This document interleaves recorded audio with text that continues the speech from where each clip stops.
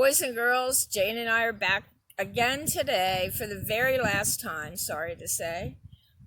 We are here, sponsored by the Institute at Renfrew, doing summer stories, and I hope that some of our favorites will become some of yours.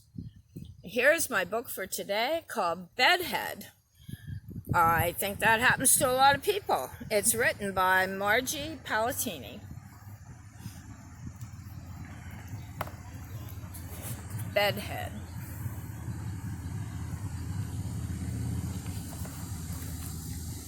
Shuffle, slump. Shuffle, slump. Shuffle, slump. Slumped, beery-eyed Oliver out of bed, down the hall and into the bathroom. He yawned and he yanked. He splashed some water, swished the mouthwash, gave his front teeth a passable brushing, and then, in a gunkless corner of the soapy silver soap dish, in a fogless smidgen of his father's foggy shaving mirror, right there on the hot water faucet, for heaven's sakes, he saw it. It was big. It was bad. It was...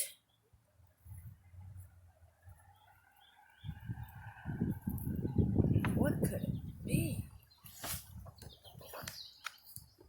Bedhead!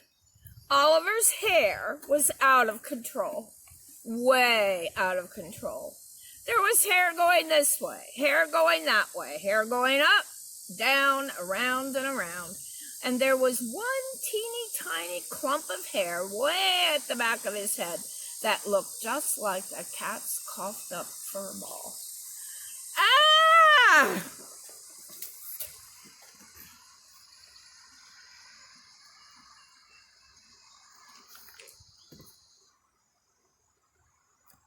Oliver's scream shook. It rattled. It rolled all the way down the stairs and into the kitchen, where a Fruit Loops went flying. Milk was spilled, spit, and sputtered, and two toaster toasties did triple black backflips onto the breakfast table. Oliver? Oliver? Oliver! Shouted Mom, Dad, and Emily as they ran up the stairs and headed for the bathroom.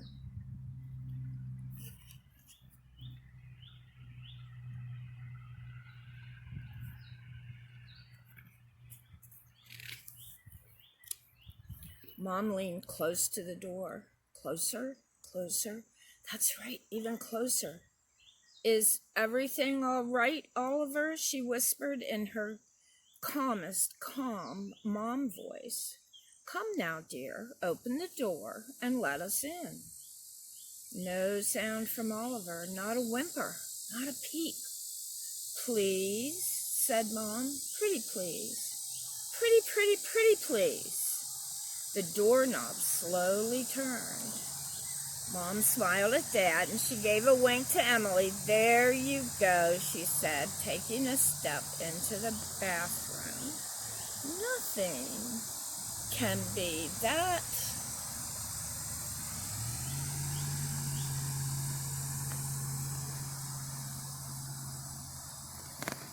Nothing can be that bad. Wrong. It was that bad. Yes, sir, no doubt about it, said Dad, surveying the hairy situation from the sink side. Oliver, my boy, you're having one very bad hair day. Major, said Mom. Oh, total, agreed Emily. Maybe if we just push it this way, said Mom, giving it a try.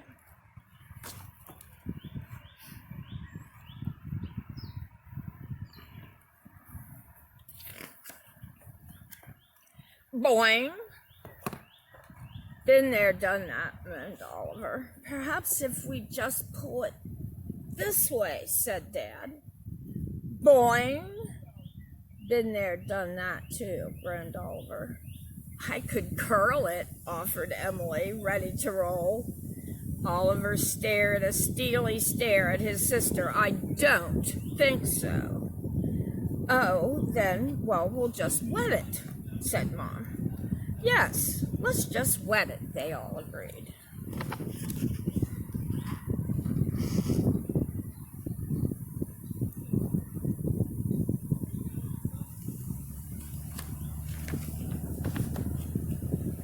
So they watered Oliver. They splished him and splashed him, gave him a good soak and a dunk.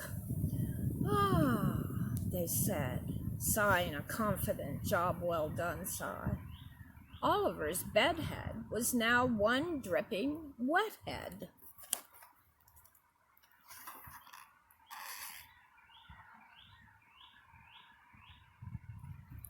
And then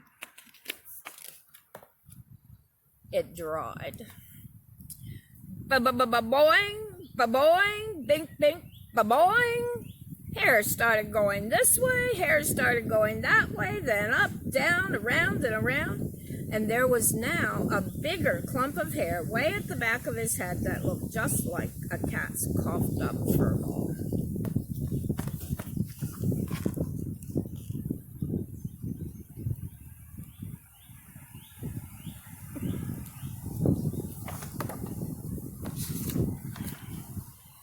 I say we spray it, shouted Dad, taking aim with a squirt. Yes, spray, spray, cried out Mom and Emily. So spray already, sputtered Oliver. So they spritzed him and sprayed him, and they gooped and glopped and moosed him. They even hairpinned him flat in 5 places for good measure. Ah, they said, sighing a confident, job well done sigh. Oliver's bedhead was now one slick gel head.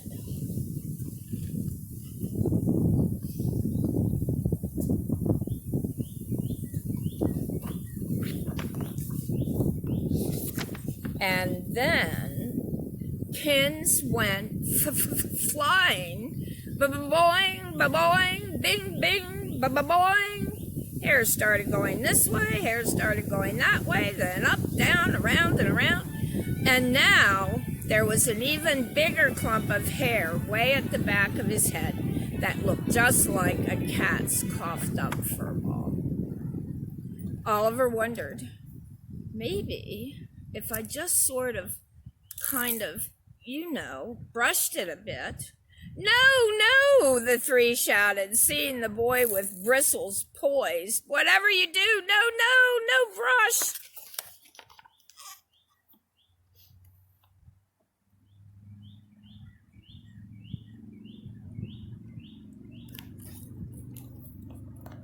What's going to happen to that brush?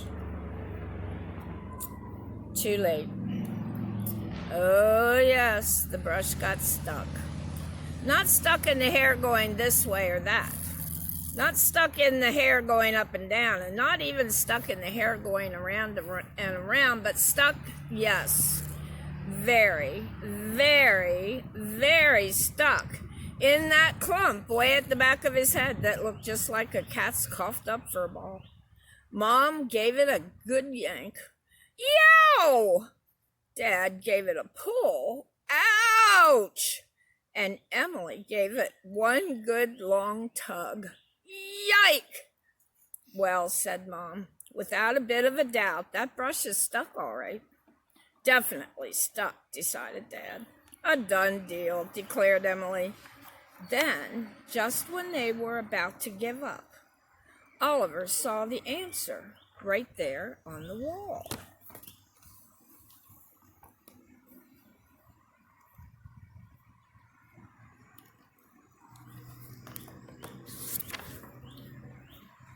That's it, he pointed. The hat! Go get that hat! So without one more thought of a spritz, a spray, a dunk, they all helped Oliver squish and smoosh and cram every bit of bedhead, stuck brush and all, into his faithful old battered but true blue baseball cap. Well, almost. Good enough. And with a kiss and a wave, Oliver headed off to school. Everything was fine. Everything was just dandy.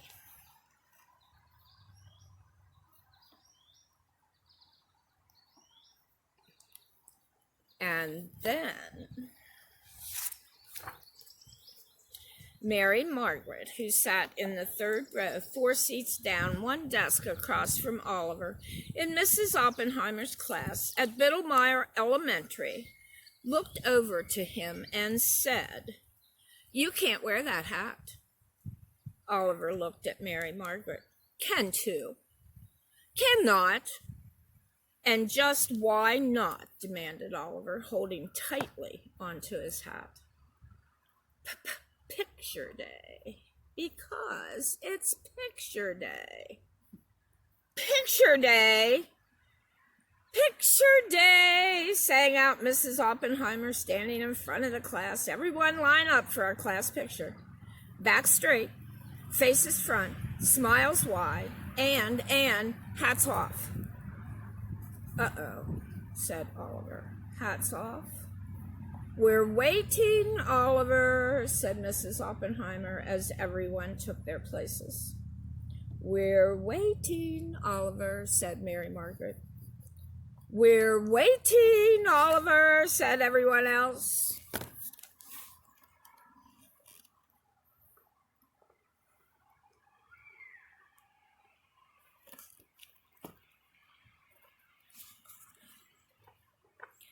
"Hey, kid," said the man with the camera.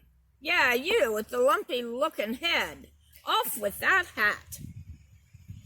Oliver hemmed and he hawed, but he knew he had it.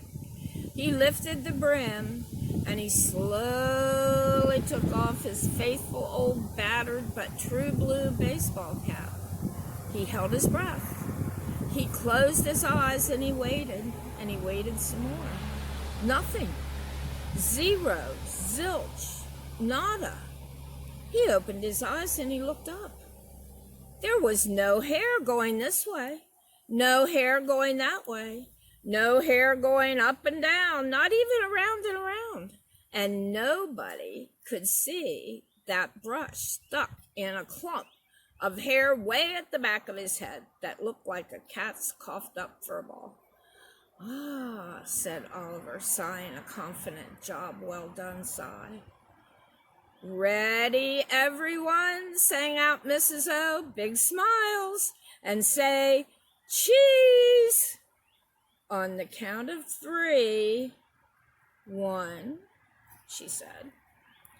2, she said. And then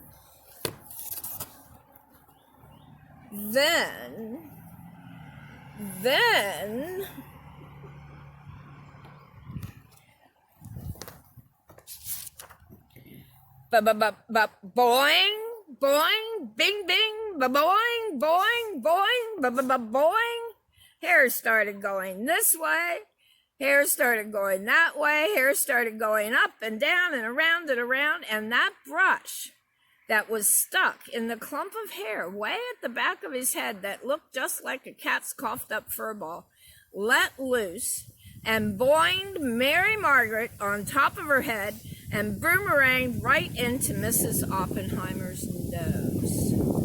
3, said the boinked Mrs. O, just as she and everyone else at Biddlemeyer Elementary got a really good look at Oliver and his bedhead. "Ah! Gee! Click! Got it," said the photographer.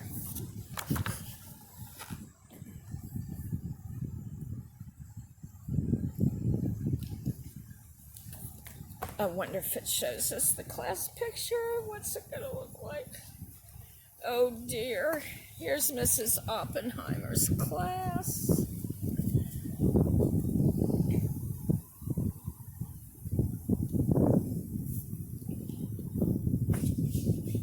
Mrs. Oppenheimer's class, front row, Daniel, Jeffrey, Sarah, Jessica, Michael. Mrs. Oppenheimer, middle row, Catherine, Ben, Tim, Mary Margaret, Emma. Back row, Robert, Allison, Andrew, Aaron, Stephen, Oliver. And of course, Oliver's bedhead.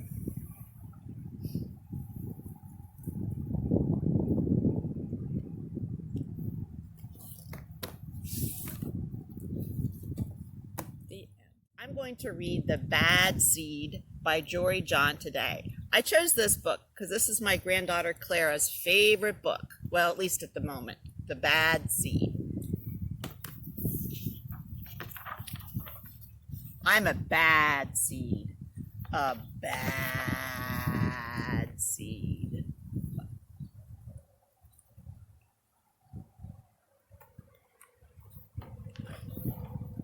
Oh yeah, it's true. The other seeds, they look at me and they say, that seed is so bad. When they think I'm not listening, they mumble, there goes a bad seed.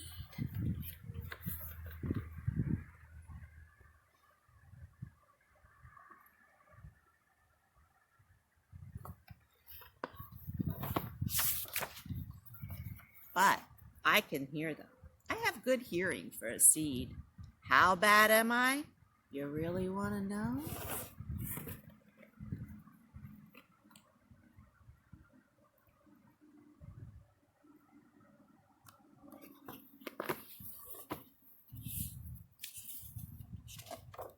Well, I never put things back where they belong.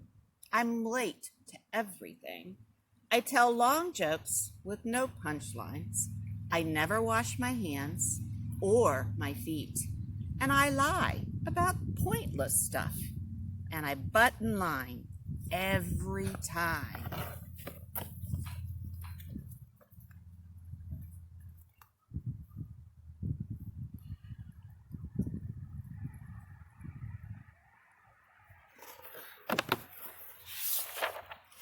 I stare at everybody. I glare at everybody. I finish everybody's sentences and I never listen. And I do lots of other bad things too. Know why? Because I'm a bad seed. A bad seed.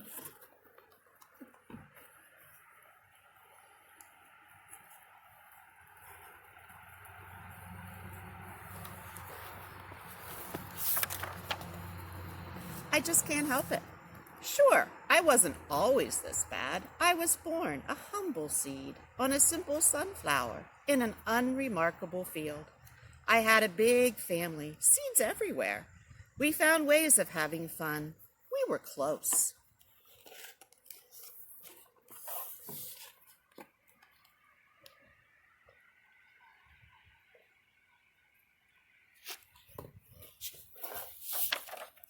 But then the petals dropped and our sunflower drooped.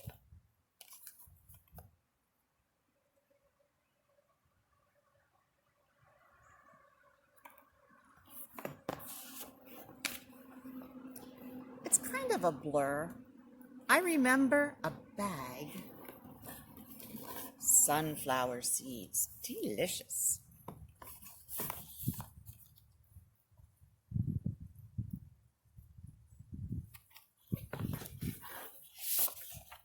Everything went dark. And then,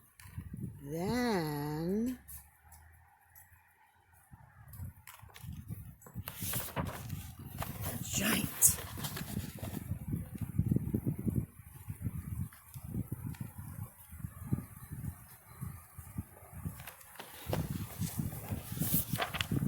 I thought I was a goner. I thought I was done for. I screamed and I hollered, ah! Psst. But I was spit out at the last possible second.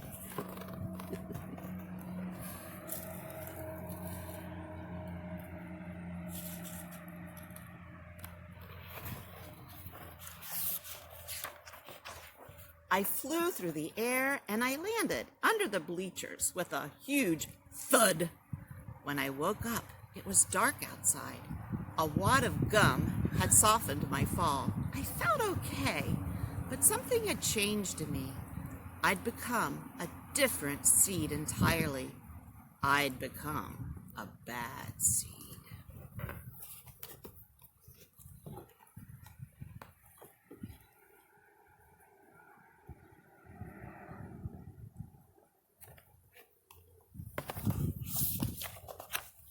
A bad seed. That's right. I stopped smiling. I kept to myself. I drifted. I was a friend to nobody and bad to everybody. I was lost on purpose. I lived inside a soda can. I didn't care, and it suited me.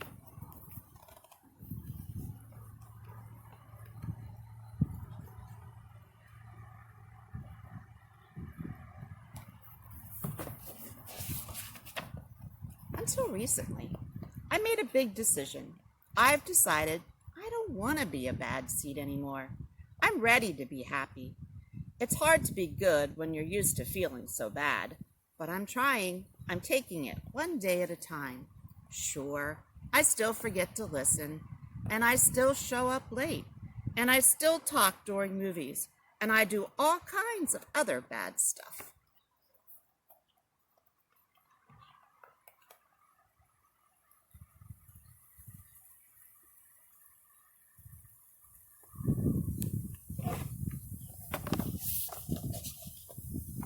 But I also say thank you, and I say please, and I smile, and I hold doors open for people. Not always, but sometimes. And even though I still feel bad sometimes, I also feel kind of good.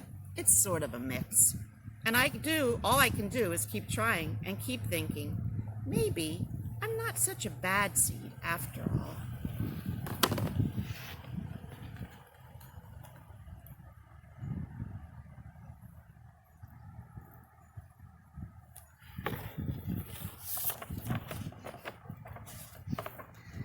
Hey, look, there goes the bad seed. Actually, he's not all that bad anymore. I heard that.